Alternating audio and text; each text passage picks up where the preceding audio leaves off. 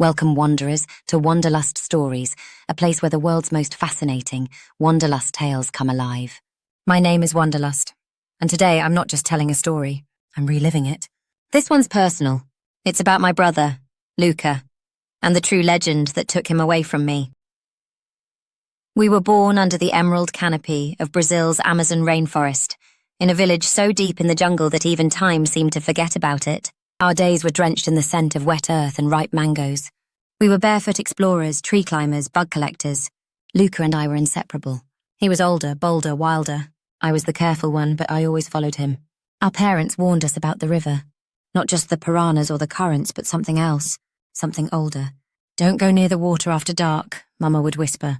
"That's when she sings." They called her Lara, the Amazonian mermaid. Legend said she was once a woman, betrayed by the man she loved. She drowned herself in sorrow, and the river took her, changed her. Now she waits by the water, singing to men, drawing them into her embrace. And once they fall for her, they never come back. It sounded like a story, a tale to scare naughty children, until it wasn't. When Luca turned 16, something shifted. He'd go missing for hours. He stopped eating with us. He started speaking in half-thoughts, humming tunes that didn't belong to our world. One night, I woke to find him standing by the riverbank, staring across the water as if he was waiting. I called to him, but he didn't hear me. He just whispered something, a name maybe, and walked back inside. But his eyes had changed. They weren't his anymore. The next few weeks were a blur. Luca withdrew completely.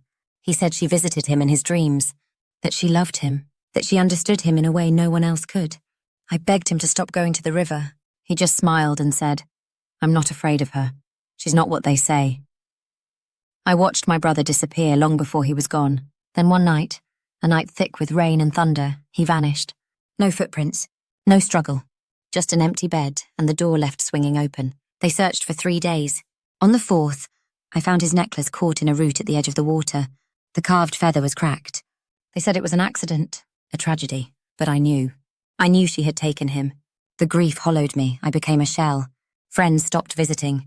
I barely spoke. For weeks, all I did was sit by the river and listen, hoping for a song, a sign. Then it started. Soft at first, a whisper at the edge of sleep, a melody so heartbreakingly beautiful, it made me cry without knowing why. And in my dreams I saw him, Luca, standing waist-deep in the river, smiling like nothing was wrong. And behind him, her, she never spoke, just stared, as if daring me to come. I lasted 6 months before I returned. I packed a camera, his feather necklace, and a mirror. The old stories say a mirror shows her true face, that she can't bear to look at what she's become. I reached the river by twilight. Fog hung over the surface like a ghost. My hands trembled. The jungle felt too quiet. Then the water stirred. She rose like a dream from the current. Not swimming, floating. Her hair trailed behind her like ink in water. Her skin shimmered like polished copper. Her eyes familiar and strange. "You came," she said, and her voice was a song in itself. "Where is my brother?" I asked. She tilted her head. "He's free now, he doesn't hurt anymore." "I want him back." She smiled. Not kindly. "You can join him." I held up the mirror. She screamed. Not like a person. Like wind through a broken cave. The illusion shattered. Her skin peeled into scales. Her smile twisted with too many teeth. Her beauty warped into something primal, ancient, terrible. The river churned. And then, a body, floating toward me, pale, thin, familiar. Luca, alive, but not. He collapsed on the bank, coughing water. His eyes were open but vacant.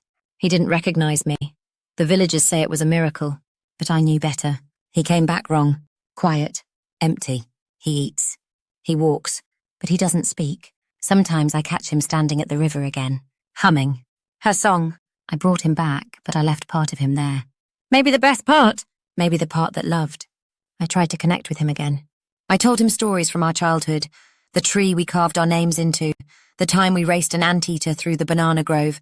Our secret game of sending leaves downstream with messages no one else could read. No reaction. Just silence. And then one night, as I slept beside him, I heard him whisper, "She's still singing." That's when I realized he wasn't free. He was still tethered to her. Somewhere in the murk of his mind, she still owned a piece of him. And if I wasn't careful, she'd take more. So I left again. I travel now, searching for the truth behind other legends, other echoes. But I always return here, to this story, to him, to her. Because I believe stories are warnings. echoes of something real. Laura doesn't kill with claws. She kills with memory, with longing, with the beautiful lie that love can be perfect. So if you ever find yourself by the Amazon at dusk, and you hear a song that reminds you of someone you lost, don't follow it. Some echoes are traps. Thank you for listening to this story. If it stirred something in you, please like, share, and subscribe. Until next time, beware the river, and beware what sings to you in the dark.